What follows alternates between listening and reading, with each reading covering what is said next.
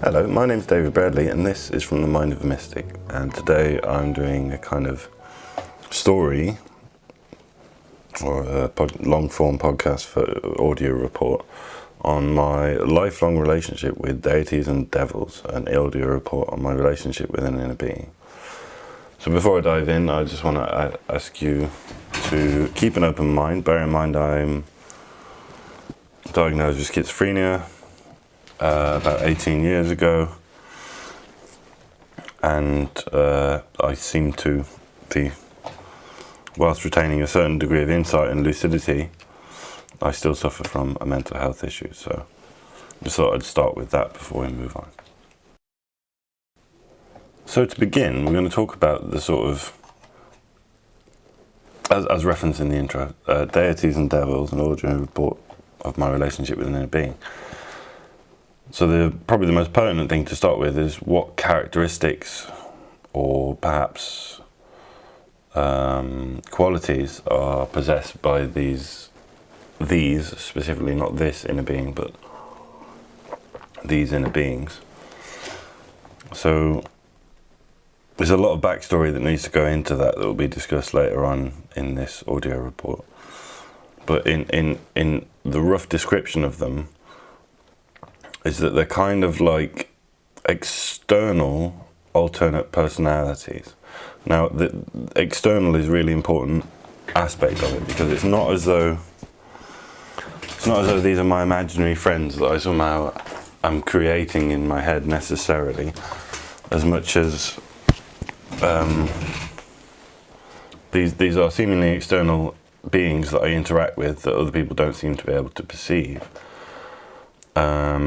And they seem to be able to interact with the world and me and alter the course of reality, or the way in which events play out, to the extent to which I've had dialogues with real world people where they seem to be, especially when in altered states, but where they seem to be inhabited by some of the beings that I previously thought at a much earlier stage in my life were only internal to me. And they seem to be able to inhabit them so I can engage them in discourse. Now that's a bizarre enough statement as it is, but I want to qualify it with the word seemingly. It does appear to my psyche to be a mechanism that is in fact happening, and it's very hard to articulate. If you've ever seen my Schizophreniforms channel, I talk about thought broadcasting from the perspective of being a mental health issue, and the other perspective of what does it actually feel like, what is the relationship with these beings feel like. And in a nutshell, you could describe it probably best as the long-term nature and interactive relationship of what it's like to have thought broadcasting. The video is entitled Telepathy, Thought Broadcasting and Confirmation Bias. You can find it if you just put at Schizophreniforms into YouTube. At Schizophreniforms book into YouTube, you'll be able to find out more about that. It's my most popular video on there. So to expand on this concept of like external personas, it's the best way I can describe it is that it's as though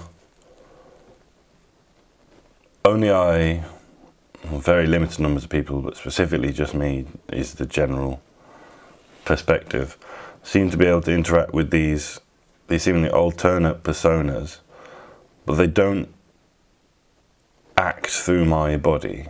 That's an interesting thing. They appear to. So for example, I have this version of myself, which we can talk about later. There was this fracturing of my psyche. There's a version of myself where I hear myself talking, but I have no conception until just after it's been said that I've even said that, or sometimes I hear it as an echo. After one event in real life or in the real world takes place, I get a kind of psychical echo afterwards, as though a different narrative was playing out, and I have an auditory hallucination or like a perceptual echo of that happening sort of overlaid retroactively over what's going on, and oddly it seems to relate to real world events. So that's unusual, let's say. Seems to be some correlation between what I hallucinate and then the outward reactions of reality around it. Further, it's probably relevant to mention that these beings don't appear to be a creation of my psyche. So some might argue that they're imaginary friends, or that they're, well, I say friends, but imaginary. But there's no creative element to it as far as I can tell. It's as though they pre-exist external to my psyche and that I am interacting with them. The other key factor, which I was talking about in previous sections of this, is that they seem to be able to interact with the external world in some of the following ways. They seem to be able to alter the course of events. They seem to be able to influence people's behavior.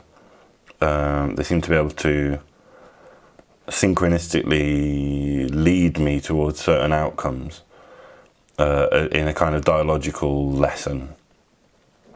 And that alone is fascinating. They seem to be able to influence the course of events in such a way that they teach me.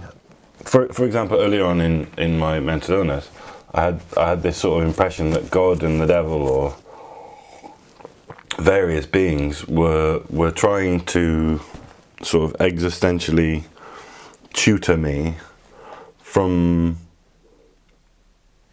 what was popping into my head, what was being hallucinated, what was being visionarily in the context of being a visionary experiences. The content of that, those hallucinations, also correlated with the seeming appearance that these beings were able to interact with the external world. And part of my theory on that, in some ways, is like, perhaps these are internal beings that are. If you've ever seen the series Legion, about the Marvel character, his name's David. He thinks he's schizophrenic, but turns out he's psychic. And it's almost as though, at some level of my psyche, potentially, it could be a very, very, very far away, or a very transpersonal version of myself, but it's almost as though I have these abilities. But that doesn't sit right with me when I say that, but just as a hypothetical model, it's as though some disparate part of my psyche has these seemingly profound psychical abilities, but they're locked between this intermediary character and my personal psyche, if that makes any sense. So it's almost as though like there is a grander whole that I can interact with via the medium of these seemingly imaginary characters, that then is able to act on my behalf. And that's fucking bizarre, for starters. Excuse my swearing. But it's also, it does seem to be repeatable. It does seem to be evidenceable. It does appear that these deity type, demon-y type, devil-y type externalized characters are actually able to influence reality. And whether that's me, either perspective, that's my psyche, it seems to be picking up on patterns and then influencing them, or from some zoomed out perspective of my psyche of some sort of more grandiose, larger being, or whether they're actually individual deities and beings that I'm able to interact with, is borderline peripheral, because the end result is that my thoughts alone seem to have a generative, interactive quality on the nature of events that couldn't possibly be controlled by my individual consciousness. So that's sort of the preface of what the appearance and qualia of these things are. Further, on the subject of appearance, they have multiple appearances. They are different in nature, they're different in character, they're different in intent, they're different in vibe, if you know what I mean. Like when you meet a person, you have this intuitive sense that they're an individual psyche, and the more you get to know that person, the more that image is padded out, and you have a more elaborate internalized version of them that sort of determines your understanding of their character, their relatability, and the fluidity of your relationship. These seemingly external beings have that exact same quality. It's as though they're functionally an entity. Now, whether that entity is crafted from some disparate part of my own psyche, which I'm reluctant to believe, but that would make me a hyper intelligently divided multiple personality type character, which would require an enormous capacity for them to appear the way they do. It would require an enormous intellectual capacity on both my part and the alternate personality's part, as well as some sort of supernatural interactive quality there that is able to act on a transpersonal grand sort of, not infinite, but like much greater capacity than an individual could possibly have. And one of the ways they explain it in Legion, one of the storylines for that is that there's this dark god called the Shadow King that sort of takes in, interrupts the main character David's memory, and then his telepathic abilities are annexed by that. Now, it's a good enough allegorical story movie telling way of putting that, but ultimately it's very hard to integrate that conception that there might be a part of my psyche that is the deity itself. Like, that seems a bit like contradictory to my experience, and also extremely vainglorious and self-aggrandizing, and technically a delusion of grandeur, if you think about it that way. But regardless, the experience is that this is the nature of whatever these beings are. They're able to descend down into not just one person, but groups of person, and influence their behavior with sort of action at a distance type level of sending waveforms through the crowd that cause them to react in a way that seems entirely vivid and predictable and reactive to my individual thoughts. So that is bizarre. So that's one perspective, this kind of like creative entity that I'm interacting with is a part of a greater self, but that's just, it seems far-fetched in terms of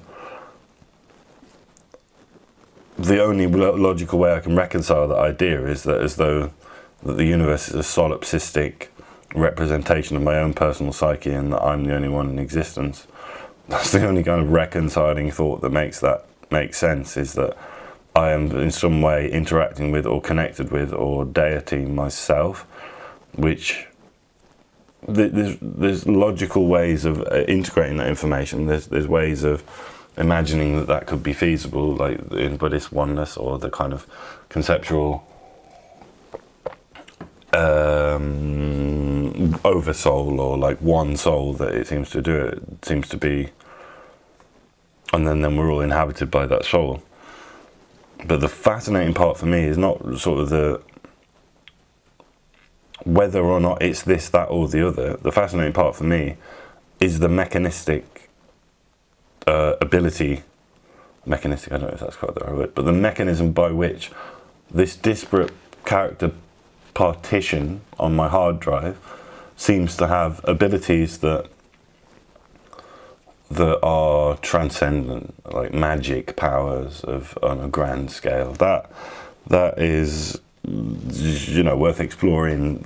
Even if that's an illusion, the extent to which that is an integrated illusion that I'm unable to escape is deeply fascinating. So I'll be back very shortly. So to continue on with that description, I thought I'd just integrate the following statement because it's quite important to me.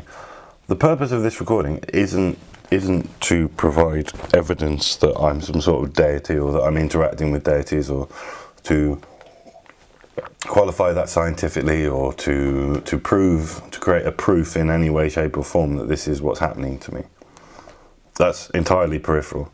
It's a discussion of the fact that I am perceiving this at all, and what the nature of those perceptions are, how they work, how they're perceived, how they appear to me.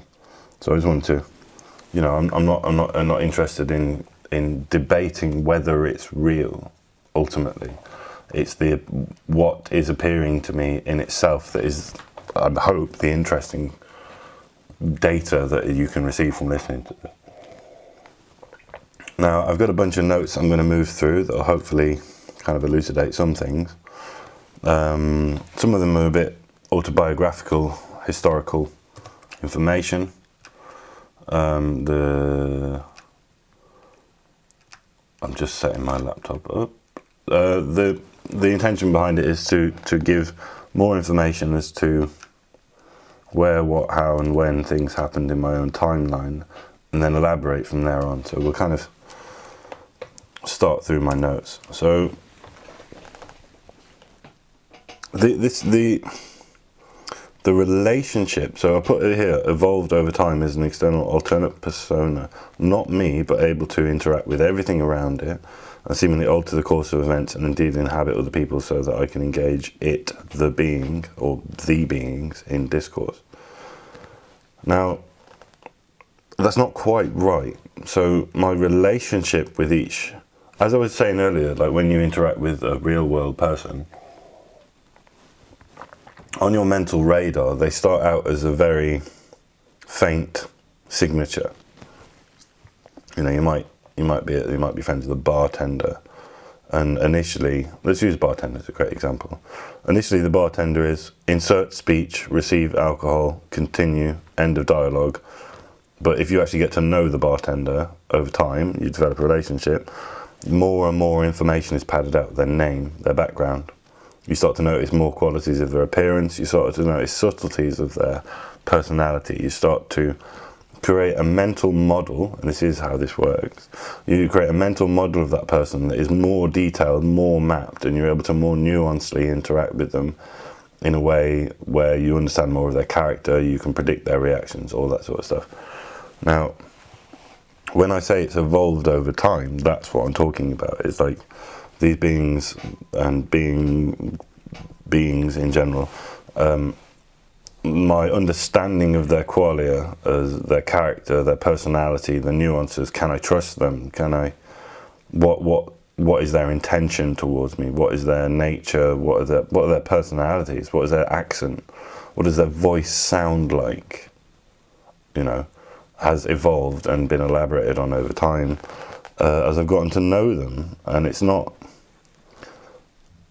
entirely evident to me that these characters are my imagination. So little evidence, backstory, whatever, anecdotal background. Since I was younger than 7 years old, my father was still at home, I've had, from what I now understand to be my anima, the idealized Jung's idealized internalized self, the kind of the ultimate embodiment of one's ideal perfect partner or lover, or that kind of concept that you Google Jungian animus. It'll probably explain it far better in one paragraph than I can here. But the nature of that character, I've known it since childhood. I've been interacting with that through the dream state primarily, and this is again how Jung, the fantasy state and the dream state, that's how he contacted it. It was primarily through dreams and deep hypnotic hallucinatory adventures. And so I have since probably the age of 5 been having lucid dreams after being informed by one of my siblings as to how to control your dreams so as to be able to control my nightmares. And then as a consequence of that, so the earliest memory I have that's very vivid was meeting this princess in a dream state that was, as I now know, to be quite a vivid or a borderline very lucid dream. That lived in an Emerald Palace, which is very reminiscent of the Wizard of Oz. And having an ongoing, several month long interactions with her in a kind of recurrent dream state, as though she was a real person. And that's continued throughout my entire life. There's been sections of time where that relationship has been less prevalent, but ultimately I recognise that now as having a lifelong conscious interaction through the dream state with my anima, or that's at least how it would be interpreted through Jungian psychology. So that's one being. The other primary character, up until I had what I call my own awakening experience, my own enlightenment experience, my own Godhead realization, so on and so forth, but we'll definitely come to that later, was this kind of dark, devilish, vampiric, evil, alter consciousness, one that was sort of a conglomeration of fictional concepts that embodied like what I used to call my dark half, and it's very reminiscent of like the book Dark Half by Stephen King, and a large part of these. Sorry, what I've written here.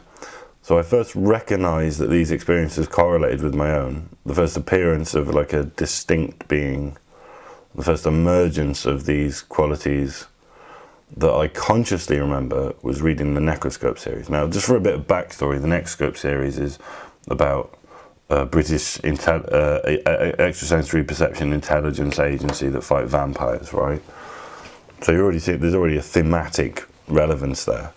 But it wasn't as though, it didn't feel at the time, if my memory serves, these are old memories from a very long time ago, but it didn't feel as though I was fantasizing into being these things. It more felt like it was reminiscent of the experiences I was already having, so that when I read the Necroscope series, it was as though I already knew these ways of being. I only understood these conceptions, which is a testament to the writing. Like, it's very intuitively recognizable as these characters. But it was the first time I had like a solid explanation from a co-created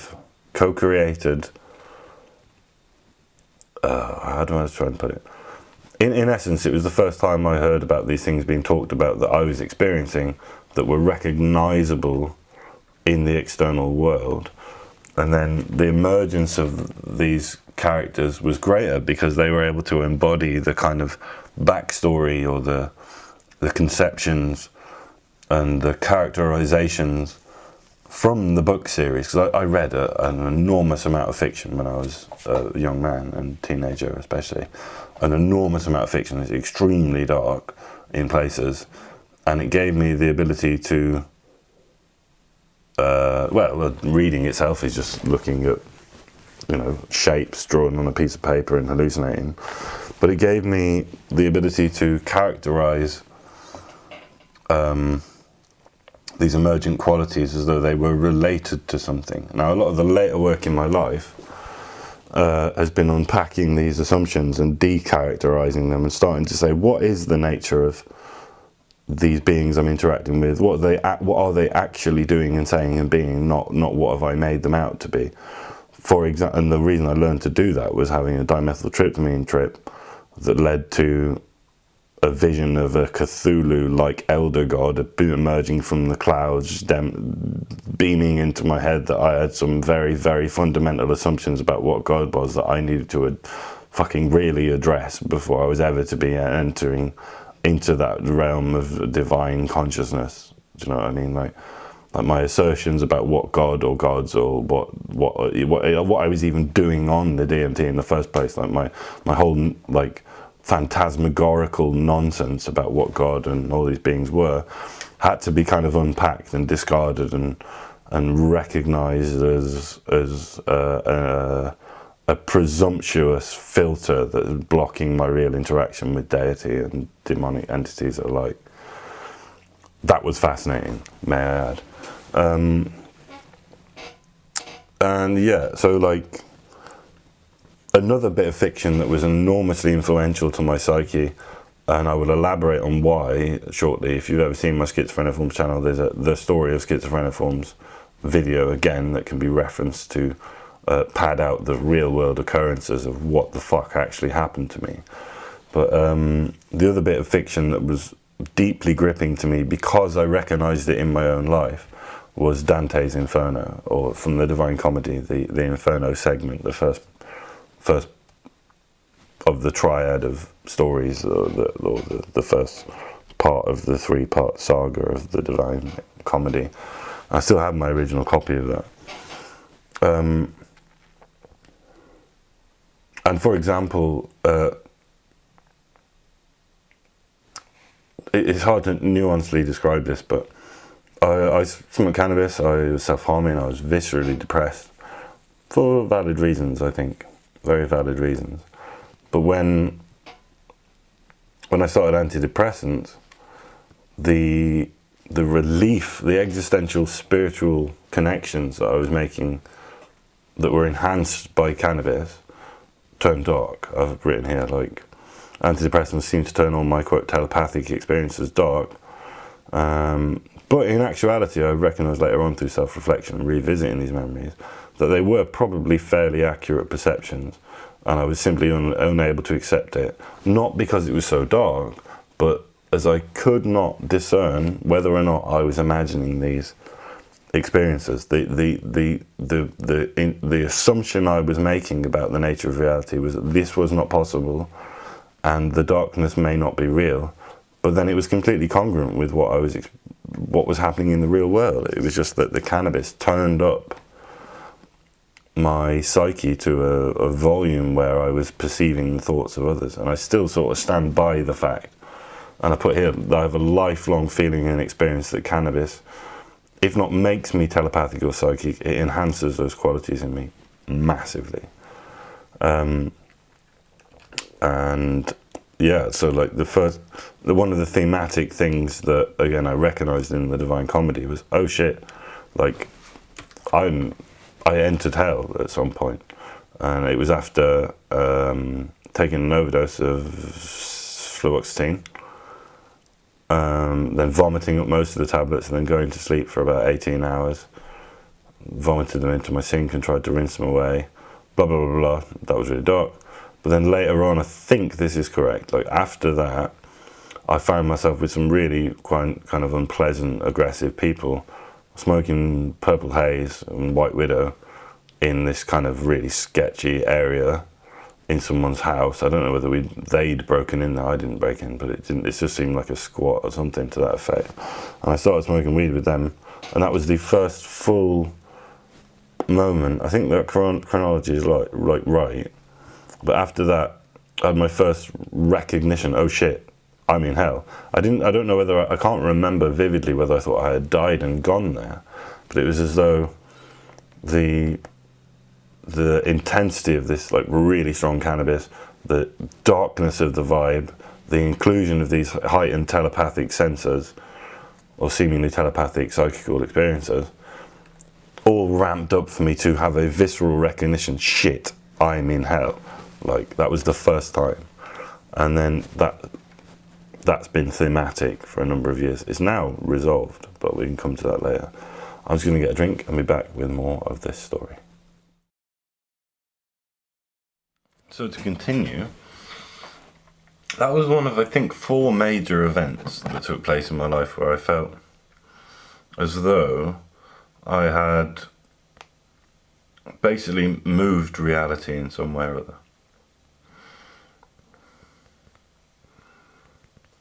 The idea that somehow I was in one place, one reality, one distinct, specific version of reality that was kind of neutral, was the fundamental reality, the illusory.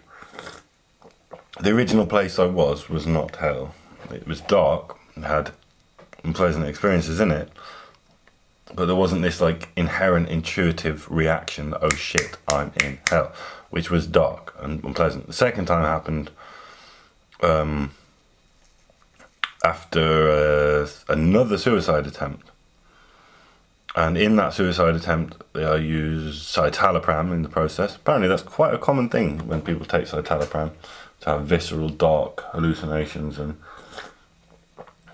commit suicide or attempt to in some way or other. And I distinctly remember entering, as I was falling, like passing out, basically, all my guts churning, and this horrifying feeling that I was dying coming over me. I remember distinct churning feeling in the stomach, and then like a kind of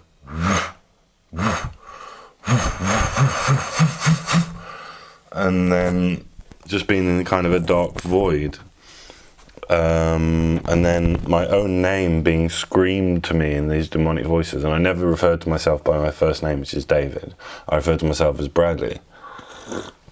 That was, for all intents and purposes, what I thought my name was. That was how I thought of myself.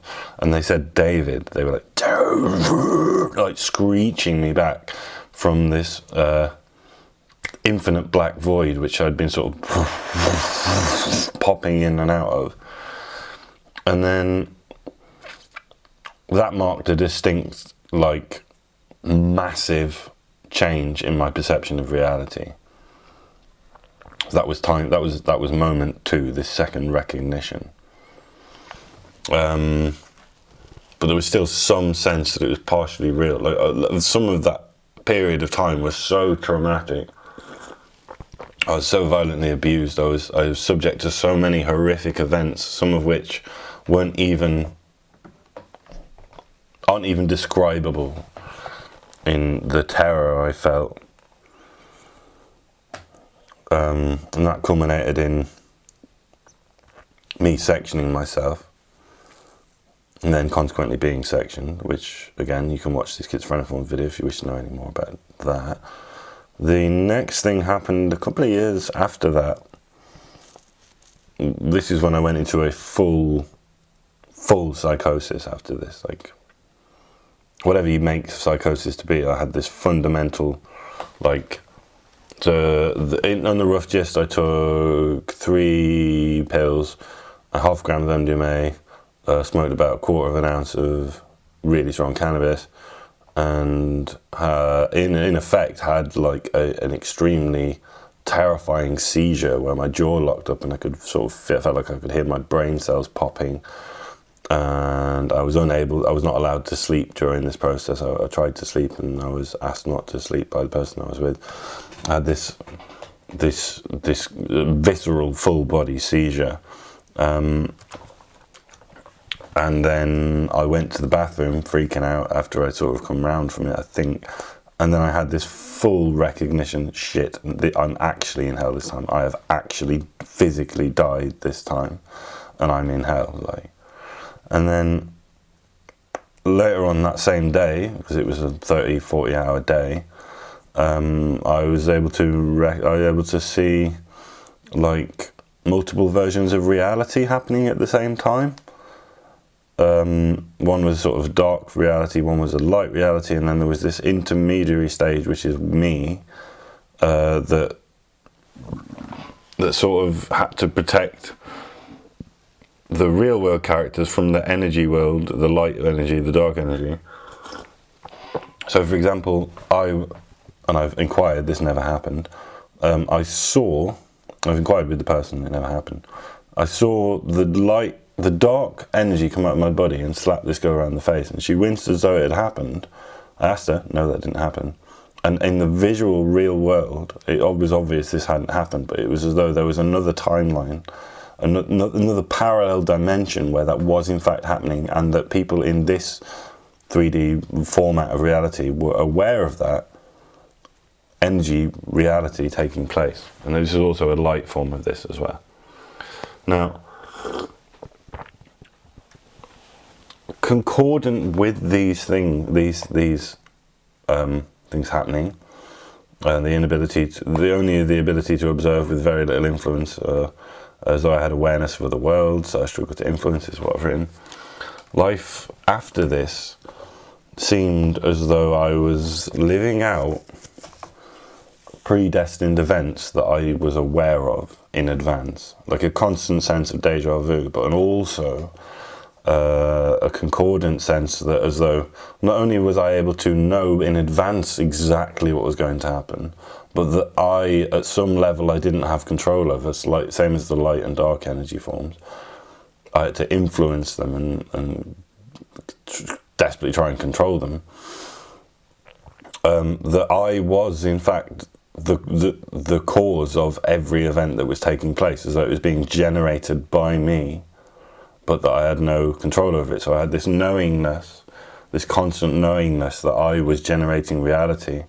So I knew what was coming at any given moment, and then I was able to decide between different paths and timelines that would play out, and I'd have this recognition of, oh shit, I'm on a dark timeline, like I can move this, and then move back to the light timeline. And then the light timeline would seem too ridiculous and fantastical to be real, so I'd sort of steer away from it. And it was as though everything became a predictable outcome. And almost as though this reality was like a lucid dream, but it was more like a lucid nightmare. It was as though I had become aware that reality wasn't real, and that I could influence that in some way, but I hadn't become it hadn't become a lucid dream. I hadn't been able to take control of it. I just knew exactly what was happening, and that I was generating it, as though this reality was my dream, but that I wasn't fully awakened in that dream, as though having a lucid dream. So that was the perception of that. The other side, as discussed earlier, is that these light and dark energy forms sort of also had abilities of some form to influence reality. And before I was on the antipsychotics, these were real beings to me, like God and the devil, light and dark, all these hallucinatory characters. They were just real. There was no oh, I'm hearing voices, or I've got this impression. It was like, no, they were acting in reality, and I could see it viscerally and really and factually, without any shred of a doubt, that these things were actually happening. And it was simultaneously the most fascinating, hyper-real experience I've ever had, and probably the most terrifying thing that had ever happened to me, ever. Because I had this recognition that this isn't real, I'm generating it, but I hadn't any hope in that, hadn't any. It wasn't beautiful, it was terrifying. But it was. It was as though I was watching a film noir. It was like fascinating. So much backstory I could add, like the chain of events where I'm following synchronicities, and then later I ended up in a pub where a chain of events unfolded where I thought that one version of reality was happening, and then someone said something that broke that illusion, and I was like, oh shit, that wasn't really happening, even though it appeared to be happening. But then it was happening, but as though I changed the timeline by making a mistake.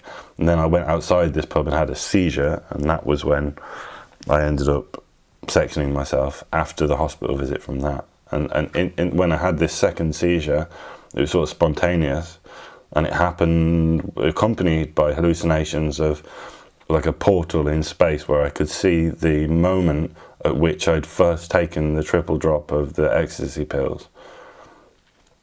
And I like the seizure was taking place as I was trying to jump back to that moment in time, and that's the seizure happened in concordance with that.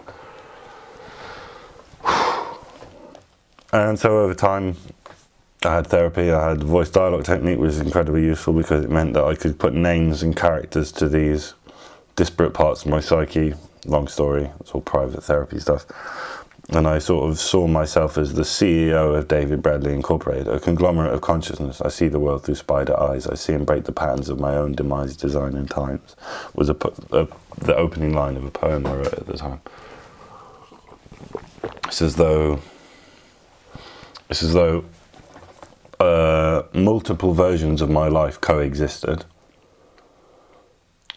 and the more I remembered them, like, oh shit, yeah, this is exactly what was going to happen now. It's like I had been following a predestined timeline, and then I could jump to other timelines. That was the odd thing, as though like there were other versions of my life, but the parallel dimensions, parallel timelines happening that I could traverse, and that was deeply, as fascinating as it was terrifying. Now I'm going to have a brief pause and then tell you about the fourth and final dimensional change.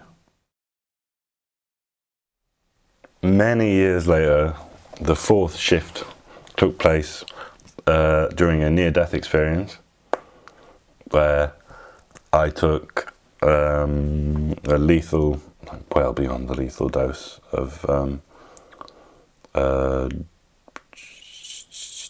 can't remember what it's called, GBL, the liquid ecstasy, the graffiti cleaner, which in lower doses has an ecstasy and alcohol-like combination effect, but I just spilt the bottle on the table, drank it off the table, fully aware I was going to die, deeply miserable. Backstory of why that was irrelevant. This resulted in me apparently dying and then being brought back in hospital, put in an 11-hour artificial coma, which when as I returned, I woke from that coma, descending down from above into my body from an infinite white void, the sort of the antithesis of what happened with the suicide attempt prior, because I hadn't intentionally necessarily done this. It was like a self-sacrifice almost. This GBL overdose. I just sort of did it. I was fucked. I didn't know what I was thinking, and it just happened. But as I returned my body, then I noticed, oh, there's something in my throat, and then I started freaking out, and they pulled it out my throat, and I said, did I die? Am I dead? And they said, did I die? And they said yes. And then I said, what? And I started freaking out, and they're like, no, well, you died, but we brought you back. So it would appear from that information that I did in fact die in the course of this experience that led to me being in an 11-hour artificial coma. It's chronicled a little bit at the start of my original Schizophrenic Forms channel. It's one of the primary motivations. As I returned from this, I was left with a transcendent, and I say that without any fluff. Like it was as though like I had been filled with some sort of source energy, some sort of incredible power that only really, perhaps hasn't even lost it's lost its momentum, but it hasn't left me since then.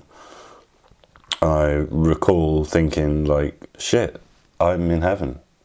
I've been given a second chance. This is a new timeline, because I did actually die, and the fracturing of those two timelines, I was delivered into a place that is, whilst suffering has fucking occurred, unbelievably so, and that's inescapable.